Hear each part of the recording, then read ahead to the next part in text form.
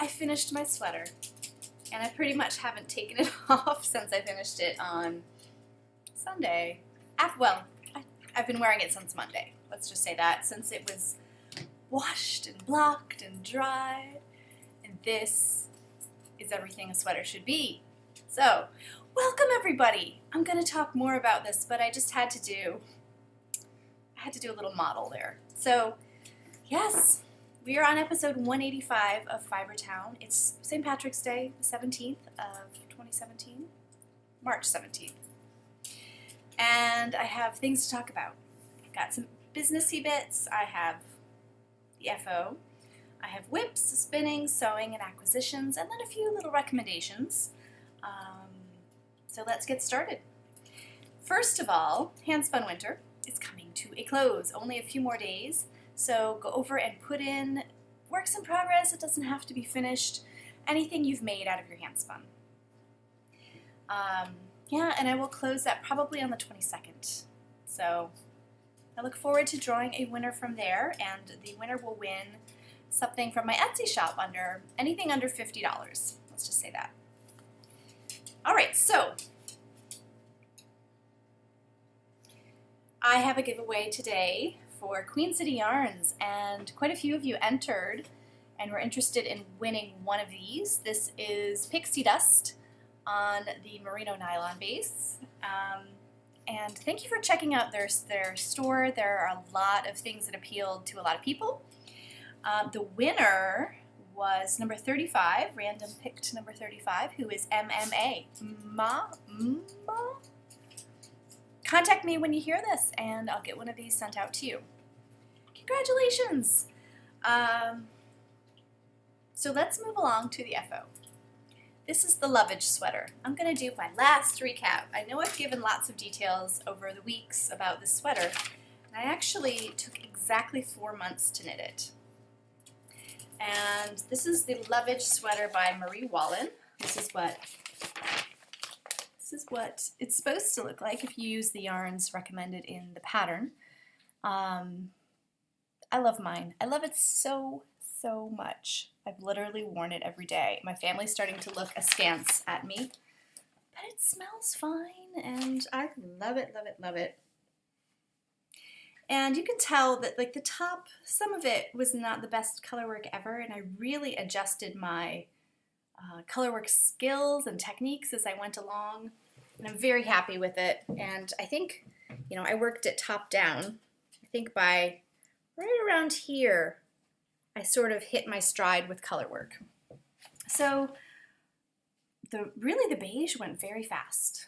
I say that, although I took hi Alice, I took 4 months to knit it. I knit maybe 15 other things during that time as well. So I completely geeked out. I think I started this right after the election, and yeah, about the 12th of November. And oh yeah, so I just spent some quiet time and color coding the charts. Oops.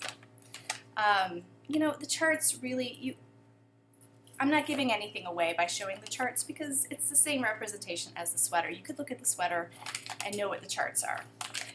So I'm not going to show you any of the numbers for the sweater or techniques and that sort of thing. But look, I got to color code everything, and I color coded the symbols. It's just really necessary, even though you're only using 2 colors in a row. I needed this guidance. This is upside down. This is some of my modifications. And then I snipped bits of the yarn, just so it was easier for me to read the charts as I went through and know what yarn goes with what symbol. So that was some geeky knitting prep, and that was a lot of fun. Now the yarns I used, this is all that I have left. I have a full skein of the main color, blacker Manx wool with mohair, 4-ply. Love this stuff. I feel like this sweater is built to last. What else did I use? I have all the ball bands here. So, great, I just dropped one. Okay. Old Sturbridge Village. This is the pink. And this was dyed with cochineal. And this is, you know, basically raised on a farm in Massachusetts, and it was sent to me by Heather 01851. I think that's it. She, as part of the Soulful Stash swap that Fibertrek and New Hampshire Knits did together several years ago. Fibertrek is the person who coined the term Soulful Stash, and place-based yarns, that's also her. So that's the cochineal dyed yarn. It's not, it looks very different in the sweater. This is not quite it. It's much more subtle, but definitely a New Englandy rustic two-ply fingering. Cochineal is an insect that lives in cactus plants, certain cactus plants. And I actually read a book once about cochineal and how it changed trade and textile processes. You know, before this, because it was a New World product, it wasn't until post-Columbian times or during Columbian times that this made it to Europe, and it really kind of transformed.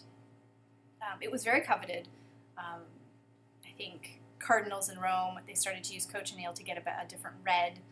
I can't remember what the red was that they used before. Excuse me. So that's that. Then I have Cornish Tin 2. I have Dulcoth Turquoise and Wheel Kitty Orange. I think these are going to be a Boostabini very soon with a third color. I adore these.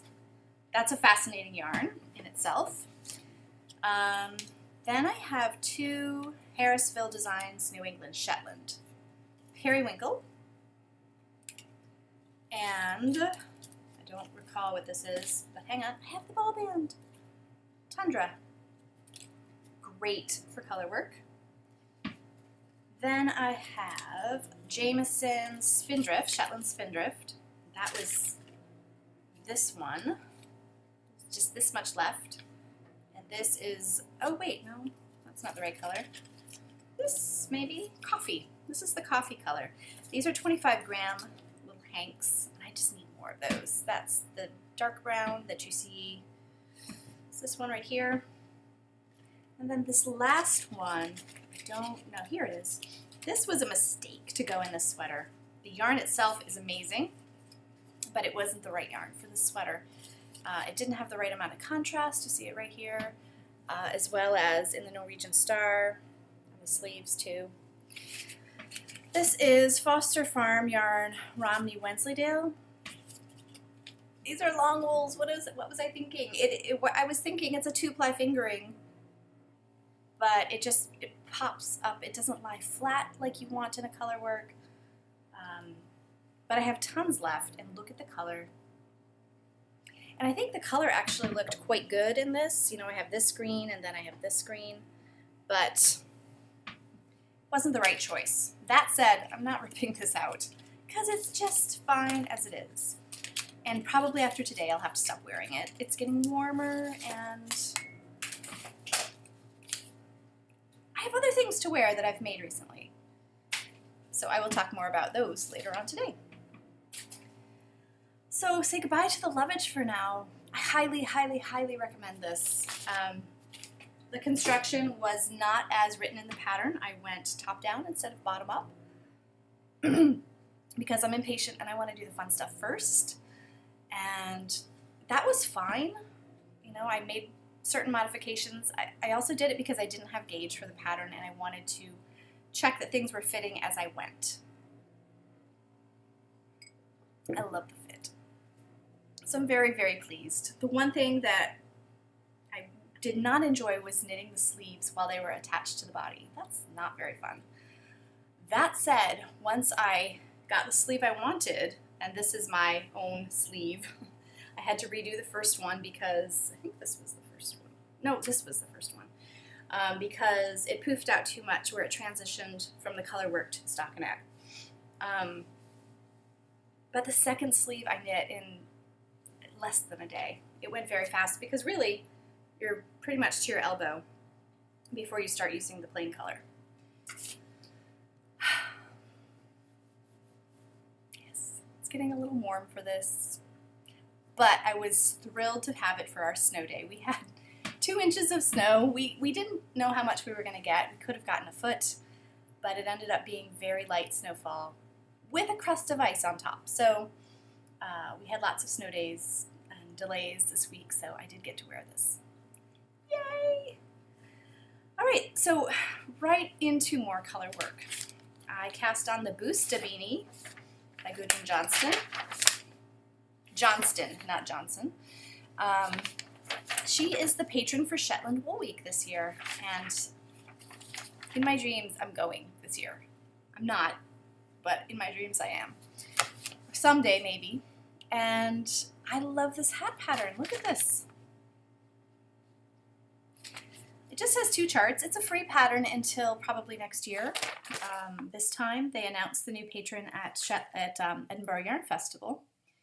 And Boosta, I looked it up, it's an Old Norse word for farm, some sort of farmstead. So, you know, in the islands of Scotland, there are a lot of Norse influences, and in fact, in Scotland too. So, a Boosta. This is your, oh, it looks good on screen. Yeah, I'm using a yarn that is too thin for this pattern. I'm using the Shetland Heritage, Jamieson and Smith. I have all the natural colors I showed you last time. I'm using 4 of them. So this pattern calls for 3, but this first one I started using, and the contrast is so light from the white to this very light gray that I decided I like it fine with the other darker colors in there, but yeah, I thought that I needed to do all the shades of gray that I have and the black, and I really love it. I didn't remember to do the cast on with the contrast. Oh well. And this yarn is really close to lace weight. There it is. It's very, very thin. I'm sure it poofs, and I'm looking forward to seeing how it acts. The ribbing is a little funky. And this is really a case of a time when I should have swatched. I don't generally swatch, especially if it's a yarn that I already know how it's going to behave. Once you've been knitting a while, I feel like you get that knowledge of how a yarn is going to act with a certain needle for a certain fabric. This would have been one of those times when it would have been useful to swatch. That said, it does fit. Now I'm kind of concerned about the way the color work will stretch. See, I think color work looks best when it stretches vertically, and putting this on, it's going to stretch it horizontally, but I think it kind of looks good. I think it'll work. And now my hair is going to be great. So, Jamieson Heritage, the Boosta Beanie. It's fun looking on the inside, isn't it? I want to make one of these out of the Cornish tin, the turquoise and orange, maybe with a gray. I think I have a Cornish tin 1 that's gray. That's got to happen. So that's the Boosta Beanie. And in this little baggie, I have my Rose City rollers. Now these need to be finished off. I have been ignoring them for far too long. Turn the heel on the second one. These are out of mustache yarns in the sorting hat. Super, super short Rose City rollers. So those will be my March socks, and I need to get them finished. Shouldn't take long once I actually focus on them, but right now I just want to knit the Boosta Beanie. Okay. So, you know, the Camaro sweater is still on the needles. I'm still fixing my hair. Sorry, it's backwards on the camera. Don't you love these cowlicks I have? Oh my gosh. I'm one of those people who is like, grass is always greener. I've always wanted to be able to wear bangs. My hair just doesn't grow that way. There, let's bring it over here, shall we? No, maybe. Maybe I should bring Alice up here to distract from the hair. I wouldn't blame you if you made a comment on YouTube right now like, fix your hair. Sorry. Sorry in advance, okay? You don't have to put the comment. I know that was unprofessional and I should probably edit it out, but you know what? This isn't my job, so unprofessional isn't a thing. All right, I was saying the Camaro sweater is still on the needles, hasn't budged. And it's the same colors as the Boosta beanie, so yeah, I might come back to that later. Scrap blankets, crochet, miter square, haven't been touched in a month. It's been all about the luggage. So spinning, I have little spindles worth of hobbledehoy, Merlin's beard. Isn't that pretty? I spun this when my knitting students were over last Saturday, and they stayed pretty much all day long. I think they would have stayed well into the night. In fact, they were here for part of the night. And there were some really cool things happening that they had started on their own. One of them had made the Violet Waffles hat pattern. She finished it while she was here. I love that hat pattern. Check it out. I think it's free. Violet Waffles, I think it's called. It looked amazing on her. There's a mohair hat happening. I'm a little nervous about that just because it's mohair. All sorts of other things. Socks are going to get started. So this is a really great group this year. Anyway, I spun that little bit on a spindle. And then recently, just in this week, I've spun some of my Ross Farm Hog Island. It has not been washed yet. And I'm not going to talk too much about this until I've spun the other colors, because I suspect that the other colors are going to spin quite differently. They all seem very different in consistency. And there's just a lot of inconsistency in Hog Island. I have worked with a raw fleece from Mount Vernon. In fact, it was one of the first fleeces I ever got. And it was not easy to work with. This is a 3-ply, 120 yards. I think it's 2 ounces. So yeah, I'm not going to say more till I have them all spun up. But that's the beginning. It's an extremely rare sheep breed. I know I've talked about it before, but Hog Island, it's a local to me breed as well. So very worth looking into. Okay, so now I want to talk about sewing. The Monday before the storm hit, knowing that I was going to be cooped up for a while, I went to Finch Sewing Studio in Leesburg, which is always a pleasure. It's a great store. And I got this, and I'd been meaning to make this for a while, and I hadn't, for some reason, had not purchased the paper pattern. This is a Greenline Studio pattern. Now I have sewn a couple of these. The Scout Tee comes to mind, and I think there's another one. They're great patterns. I've never had a fail with them. They're easy to understand. They come together very well. Granted, this is a pretty easy pattern. It's a knit pattern, so you use a knit fabric, rather, not a knit pattern, a knit fabric. And I made 2 of them. I traced off the pattern. I made the first one out of some, and I should probably put these on. In fact, I'm going to pause right here and put these on. Hey, this was my first Linden sweatshirt, and this was made out of some very rather sheer knit fabric I had in my stash for a while. I'm finding all sorts of threads I haven't clipped yet. Is that one right there? So I love this. Threads everywhere. This particular knit, it's got a heathered, slubby kind of look. Really fun. It is, as you can see, a little bit sheer. So yeah, Linden sweatshirt, super easy to make. I had some gray ribbing that I got at Finch, and I traced off the size 10. There's the bottom. Traced off the size 10, thinking, oh, I might need it to grade it to a 12 at the bottom, but then I didn't. I forgot to do that, and I just did the size 10 all over. And it's big. It's, you know, sizes on patterns really don't correspond a lot of the time to sizes in stores. So, you know, sometimes I'm tracing off a 16, sometimes I'm tracing off a 10. Turns out this 10 is big. It runs a bit big. The sleeves are long, which is cozy.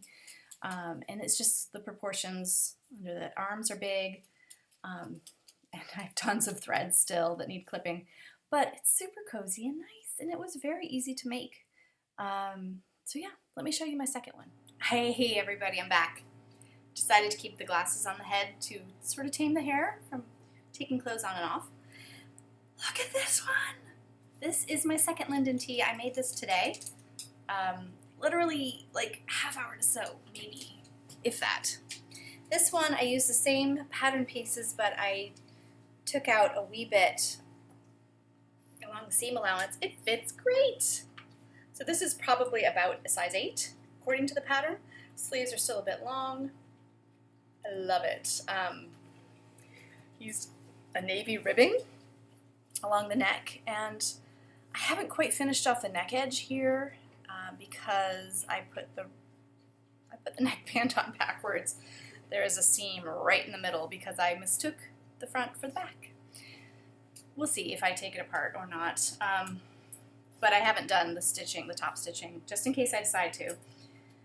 This is recycled fabric. I made a dress. You can tell it's been worn quite a bit. But I really think it's a better weight for this than the very thin gray fabric that I had. And I think I got in the gray fabric for like $3 for 3 yards. It was crazy. Yeah, so this is an art gallery jersey, and it's got a nice weight to it. And I think this is still available on fabric.com, which is where I got it.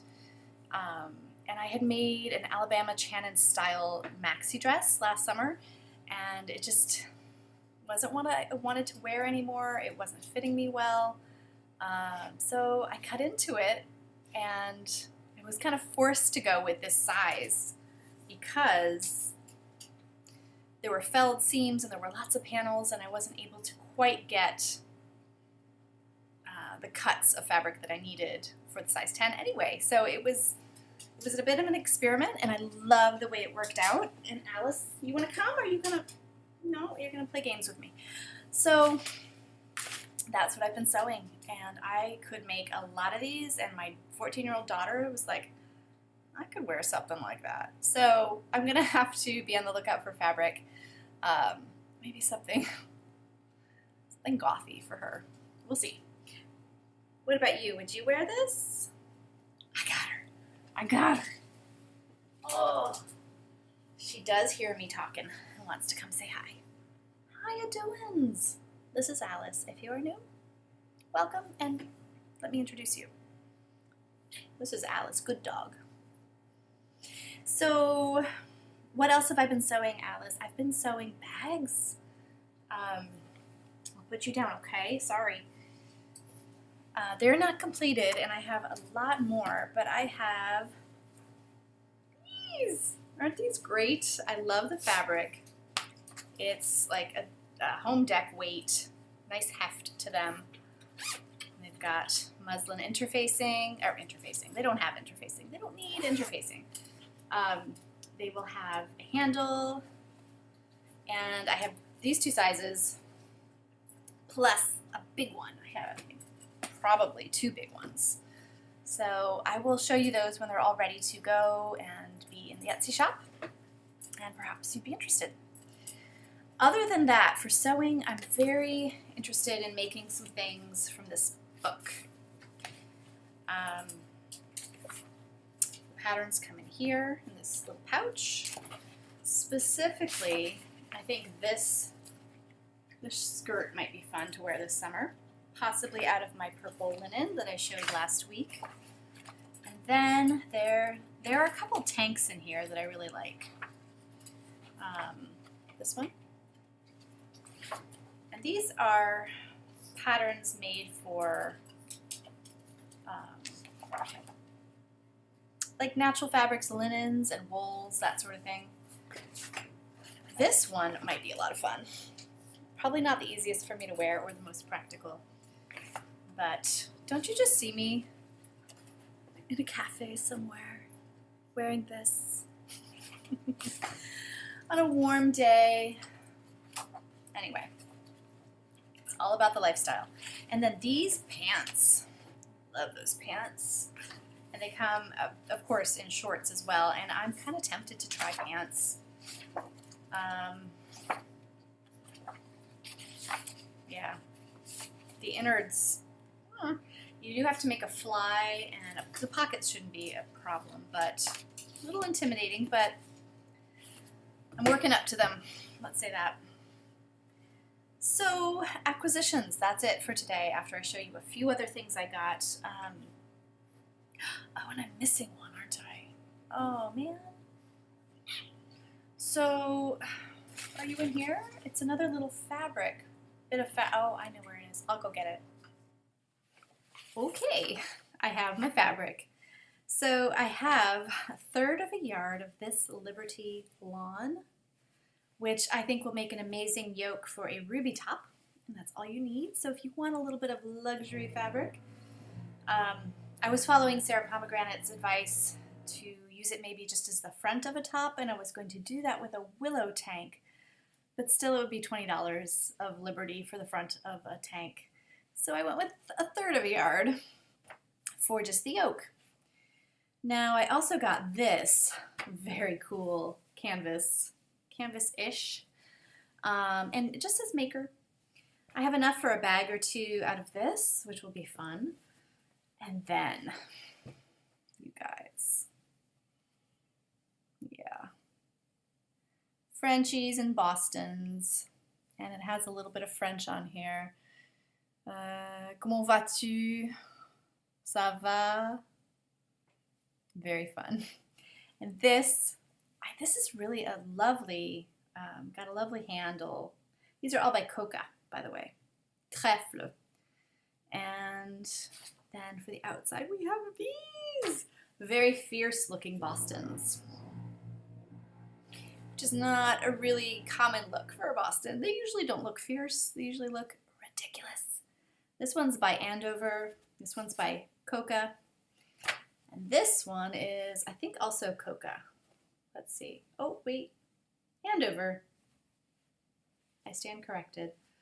So, yes, a few fun things at Finch. Plus my Linden sweatshirt, rather.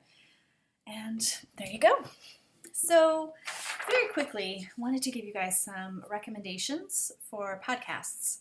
Now, I'm sure you've heard about Knitography. She's Patricia. She lives in Norway. She's an American living there and has lived there for a long time. She's been doing podcasts about, she doesn't want to call it a podcast, I think she's calling them vlogs, I believe. And a lot of what she's been doing centers around the Selbuvotter, which are a type of colorwork mitten that originated in Selbu. And she's got a lot of interesting history and knowledge to share, as well as she's hopefully going to be shepherding some, I think they're Spelsau sheep. Could be wrong about the breed, but it's an indigenous Norwegian breed. So follow her on YouTube. She's got a lot of great content. Another one that I've recently discovered, and I don't know how I discovered it, is Hawthorne Cottage. Okay, let me see if I have to get this exactly right. Hawthorne Cottage Crafting. I think that's it, guys. Shoot, I can't tell you exactly right now. But Hawthorne Cottage, put that and you'll find it. And she's delightful. And she's Kate. I think that's right, too. Delightful lady in Ireland, talking about her crafting. And I believe she makes project bags as well. She has an Etsy shop. And she shows what she's been making, and they look lovely. But mostly it's just about what she's been crafting. And I really, really enjoyed listening to her. I've watched a couple of them now, and looking forward to her Edinburgh Yarn Festival recap. She was there. And I know she met Lori from Intuit Knits, who is a lovely, lovely person and has a wonderful podcast as well. So I'm looking forward to all these EYF recaps from some of my favorite people. The last thing I want to tell you about, and I'm going to find the exact name of this. When I showed you all women's work, the first 20,000 years, I got some interest. People were interested in the book. And a couple of podcasters, The Woven Road, and there's another one that I'm blanking on right now because apparently I'm terrible today with names and that sort of thing.